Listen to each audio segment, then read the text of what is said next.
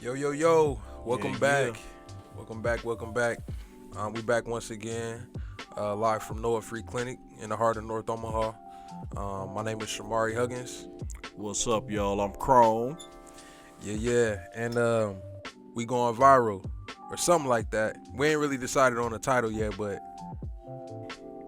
Man, it's we just gonna talk about some stuff. we That's just what we're gonna gonna talk about do. some stuff. We gonna talk about some stuff. All right, so let's jump right into it. As we know, right now we are in the midst of a full pandemic. Right. Things is real wild out here. People's daily schedules is disrupted, man. The whole world is crazy. The whole way of the world that we know of is different. It's all totally different. How has it affected you the most? Me? Shoot. For one, let's speak on Noah. My job is to get people into the clinic and get guys tested. Go to outreach events, do some outreach testing, presentations. I can't do none of that because the clinic is not accepting walk-in patients due to the possibility of a COVID-19 exposure, and it's affected me as my job. I can't cut hair. That's my side hustle. I can't go do security because the clubs ain't open. So it's had a big effect on my life, man. Yeah. What about you? Man, likewise, man, with Noah being shut down and mainly the schools for me being shut down, I can't, go and work and mentor the youth like I normally And do. they shut the school down for the rest of the year. It's gone, done. Well, go ahead. You can finish. Yeah, so my work has definitely been disrupted, but that's why we going viral to y'all right now on this podcast so we can communicate and get the word out. And yeah, that's what we do. We just gonna keep it pushing. So let me ask you a question. What's up? What have you learned about the virus? I see so many different things about it. What I know you like to get knowledge. Right. What have you learned? Well, I learned that they're still learning about it. Like That's facts. initially when it hit, people was everybody wanted to act like they already knew everything about it. Like, oh, it's just like the flu. That was the first thing, and then it was all black people can't get it, and then they squashed that. Right. And then it was you gotta wear a mask or you don't gotta wear a mask. They don't really know. Right. They don't even know. They saying wear a bandana. They saying wear an N95. They don't know. They saying it's airborne. They saying they not sure how it's transmitted. And there's so much stuff going on around it. I don't know what to believe. So it's like we out here on our own, taking our own precautions. Basically based off of what we feel like we should believe, because there's so many different things going on in the media. Would you say? Right. Oh no, most definitely. But the one consistent thing is being stay at home. Everybody's saying stay at home, stay out of out of the public places. That's the only thing consistent. Right. And it ain't been a lot of that, Nah. And they didn't have to enforce extra rules to get people to stay at home. Right. Let's talk about it. Recently, actually yesterday, Douglas County, or not the city of Omaha, they shut down all the parks, all of the sports areas involving with even the dog park. Then they shut down the dog park. The dog park? You can't man. take the dog out? You can't to even boo-boo? You can't even take the dog to the dog park to run off some steam, man. It's heavy. Yeah. And it's like that. I mean, the thing is, it's for everybody's safety, and I understand, why they're taking these precautions. I want this to be over with just like everybody else wanted to be over with. But, I feel that I feel that people should take it more serious. If the quicker we comply, the quicker the rates go down. But the more we keep doing what we want to do opposed to what they're recommending that we do, it's going to keep on rising. And people going to really die. And I think it's going to take in our community for somebody prominent to die for people to say, oh, man, this is real. Because it always happens like that. It shouldn't be that way, but it's like that. Yeah. You know what I mean? Yeah, man. It's unfortunately, man, that seems to get people's attention. Definitely. But I mean, even with all of this restrictions that are going on, man, people still want to get out and move.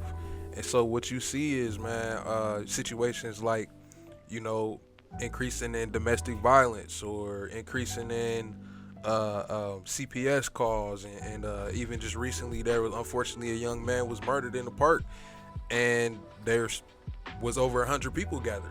Yeah. You know what I mean? So, and rest in peace to that young man, by the way. Yeah. You know, it's an unfortunate situation. I feel like it is having a major effect on the mental health of people worldwide. Right. Because you're under extra stress, you have issues with working, and all you see is bad news. Imagine a world. Well, it's no need to imagine it. It's the reality. Yeah. And so, look at a world of nothing but bad news. You wake up, first thing you see is COVID-19. You try to watch your favorite TV show, the first commercial come on is, stay at home, COVID-19, protect yourself, social distancing. And it's embedded in your brain to the point where it's kind of driving you crazy. It's like something just picking at your shoulder. Knock, knock, knock, knock, knock, knock, knock. Constantly. You can't escape it. You go outside, you see masks everywhere. It's like we're living in a third world country here in America. Yeah. Yeah, it's everything is changing right now, and so I think it's gonna be hard for things to go back to normal. Man, I think that when this world come back, I don't think this world gonna come back. I think we're gonna be living in a whole different world. When this is over with, things are gonna be just different. In Trump's words, like the world has never seen before. Yeah. We gotta Straight add up. them taglines in it, man. Like the world has never seen before, man. Right. Yeah. And so one thing that's that as they're learning, they give us a new update. They add a new piece to it every day. It's the same thing, stay at home, but oh, by the way, now the new by the way is that African Americans are especially susceptible to contracting and dying from COVID-19. That's a fact. And not just, in the big cities, but everywhere. That's a fact. And we see that.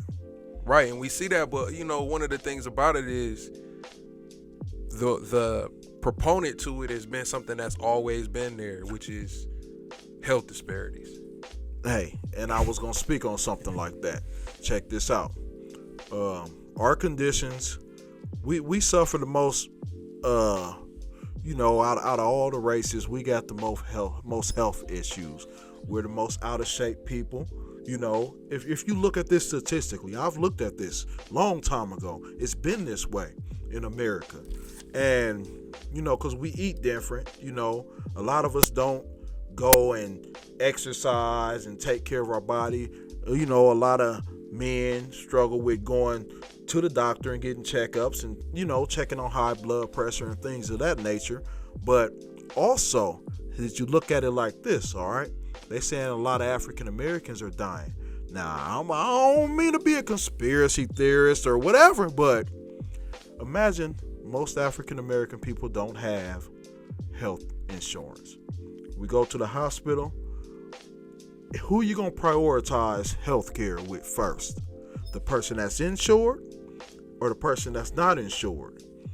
Now, typically in the African American community, there's a lot of people that's not insured. If you're not on Medicaid, it's tough to be able to afford health care, and it's just like that, and it's been like that, and it's not even just African Americans, it's people of poverty, but typically that's the African American community. So we got people dying in the African American community at an alarming rate from this disease.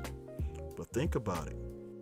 Those people may not have had health care, opposed to somebody this rich doctor that's got the disease. I'm gonna go to his room before I go to this room and take care of him because they told me to. Right. Because he's paying his health care bill. And even with that, we not used to, like you said, we not used to going to the doctor. So Right. a lot of times we will let something linger, like, oh, it'll get better. Mm-hmm. Let me just try my natural herbs and don't know that, hey, it Right. might be a little too late for that. You know what I mean? So yeah, it's some real things that we facing in our community. Once again, it's coming down on us. Didn't you have an article that you was looking some stuff up on? Yeah, definitely. Let's touch on that. Yeah, man. This is in the Washington Post on April 6, 2020. High blood pressure affects 108 million American adults. That's according to the CDC. 108 million American adults are suffering from high blood pressure. So that's 45% of the adult population. Right. And that means that they have a reading of 130 over 80 or higher. Right. You know what I'm saying? So and I'm borderline myself. Yeah. I'm borderline. I've been borderline for some years now, you know. And I can be honest, I'm just like any other African American. I haven't been taking it as serious as I need to take it. You know, and some things like this, when these type of things happen, it's an eye opener. It makes you say, maybe I should take this more serious, because you never know when something like this is gonna happen and your life is on the line, you know? Right. Yeah, man. So, but yeah, one of the bright spots, you know, is that people in our community are helping each other. You know, a lot of them are, you know, stepping up and making people feel, you know, that security that you know, this whole thing is making them feel very insecure. But you know, we got, you know, community partners like the people at the Matoyers event center, at the community center there. They've been, you know, hosting drives and food drives there, and then also Black Men United have been having people, you know, at their food pantry. And I seen D. Rash and his organization. They did some things. They did sack lunches and in a few different spots. So. Omaha United for Youth. That's the name of them. So don't forget about them, because they do matter. And that's a African American ran, you know, nonprofit organization that they do the back to school bash. So I want to give them a shout out. Make sure we give them a shout out properly. Yeah, man. So big up everybody in the community that's you know, we pulling together. You know, we got to get through this together. At the end of the day, man, the more everybody takes this thing serious, man, like you said, the sooner we may get out of this thing. Yep.